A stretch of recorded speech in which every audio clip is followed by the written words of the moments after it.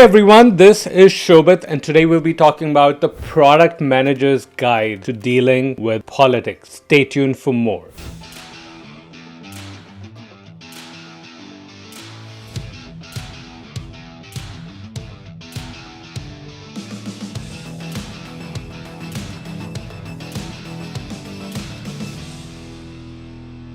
Hey everyone, this is Shobhit, CEO, founder of Intentional Product Manager, where we coach product managers to just have an extraordinary career. And one of the topics that comes across more often than others is politics. Yes, you can imagine, as you work as a product manager, you face politics, especially as the organization's big. And I see so many people struggling with how do they deal with it? What exactly do they do? Should they participate? Should they stay away? What needs to be done there? Today, I'll be walking you through 5 steps that will help you figure out and deal with politics and come ahead so that you can have an extraordinary career. Step number 1 is to recognize that politics is natural. It is just part of how organizations work. Why is that the case? So if you have understood or studied psychology, there's certain basic human needs that we are always trying to meet. And some of a really good way to understand this is Tony Robbins' 6 basic human needs.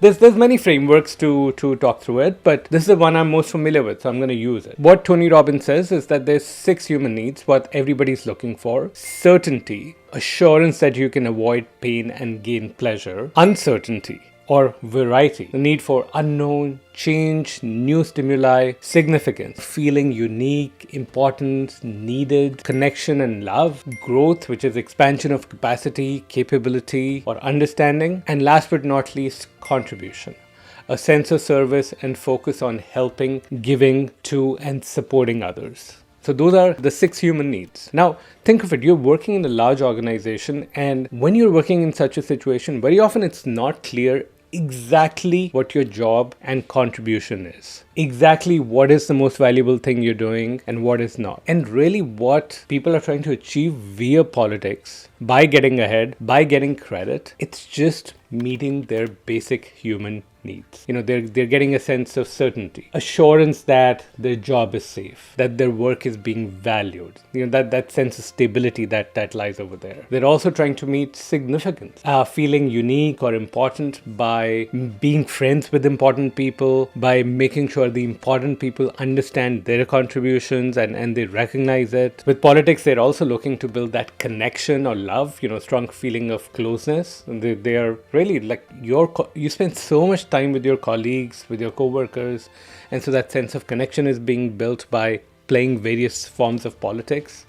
And then ultimately, growth. They're looking to get to the next level. They are also looking to work on that 6th human need, which is contribution. So what you see is that it actually serves all these purposes of helping them meet their basic human needs, which means politics, and the reason why it's coming across is not bad. It's just because we are humans. Why am I talking through all these human needs? It's because it's important for you to start to destigmatize from politics. Stop considering it as the most awful thing in the universe, and people are being political, and it's not a meritocracy, and like all these sort of things. And the reason is because we are, at the end of the day, humans. We have feelings, we have needs, and that's what we are trying to meet. And when you see that, then you don't have this like visceral negative reaction with politics, and you don't just be like, oh, this organization sucks because it has politics. You accept it as part of life. You allow it to generate 0 emotional response, and you just keep going. That's the first thing. It's to understand that politics is a natural part of working in an organization, especially a large organization. The second part is to build your mindset around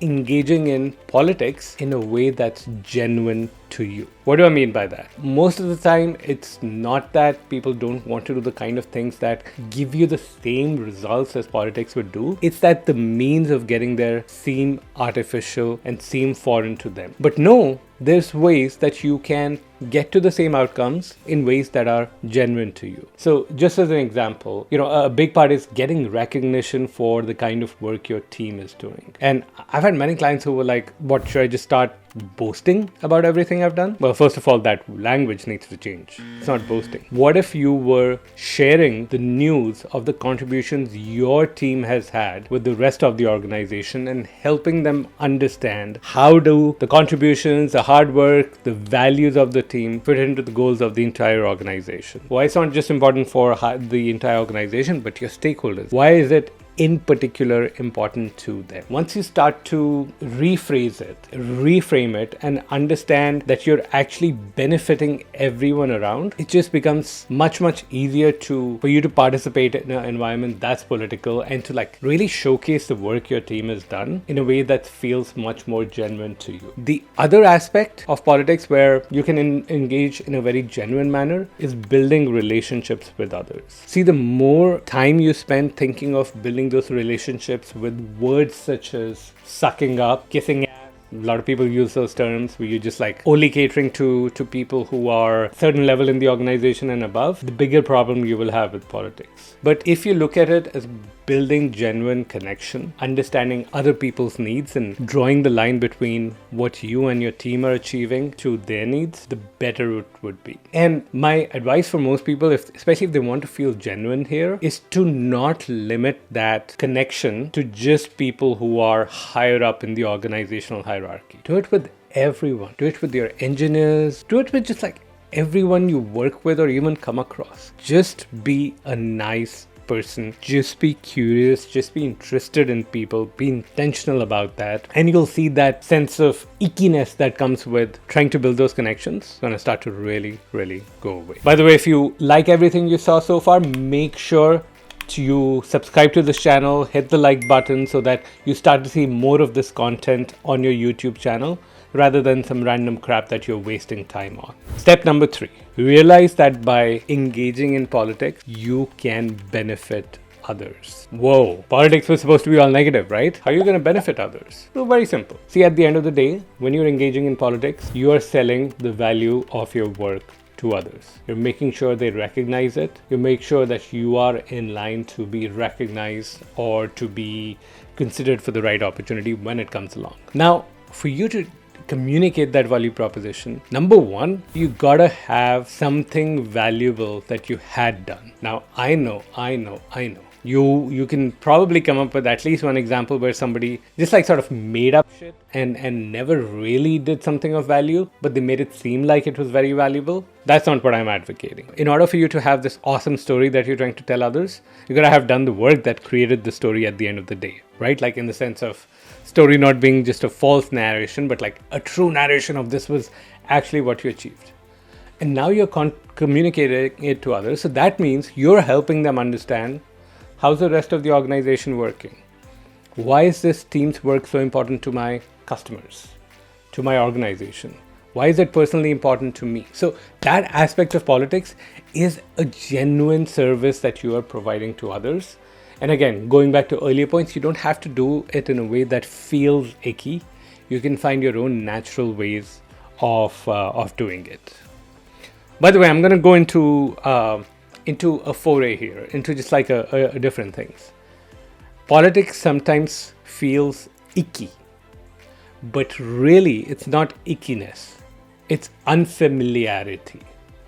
So many times I speak to product managers where they're trying a new behavior, whether it's selling the value of their work, whether it's speaking up in meetings, whether it's pushing back on their engineering team, whether it's forcing a conversation with their manager about their promotion. It all feels icky and like it's not natural.